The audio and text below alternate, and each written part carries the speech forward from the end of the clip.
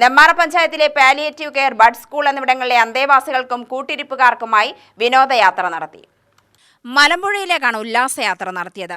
ഉണർവ് താലോലം എന്ന പേര് നൽകിയാണ് ഉല്ലാസയാത്ര സംഘടിപ്പിച്ചത്.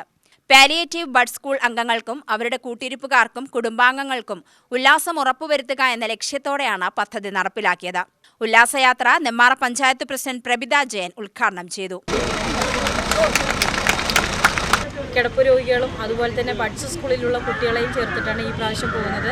എല്ലാവരും നമ്മുടെ നെന്മാറ ഗ്രാമപഞ്ചായത്തിൻ്റെ എല്ലാവരും ഒരു കുടക്കീഴിൽ എന്ന പോലെ തന്നെ എല്ലാവരും സൗഹൃദങ്ങളും അതുപോലെ തന്നെ അവരുടെ വിഷമതകളും മറ്റും കുടുംബ സംഗമത്തിൻ്റെ ഭാഗമായിട്ടും എല്ലാവരും ഒരുമിച്ച് നമ്മുടെ പഞ്ചായത്തിൽ നിന്നുള്ള ഒരു യാത്രയാണ്.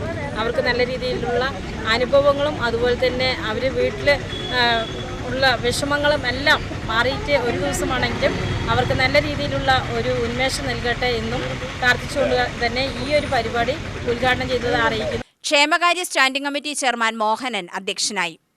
രതിക രാമചന്ദ്രൻ, ശ്രുതിരാജ്, ആർ ചന്ദ്രൻ, ഡോക്ടർ ഹസീന എന്നിവർ പ്രസംഗിച്ചു.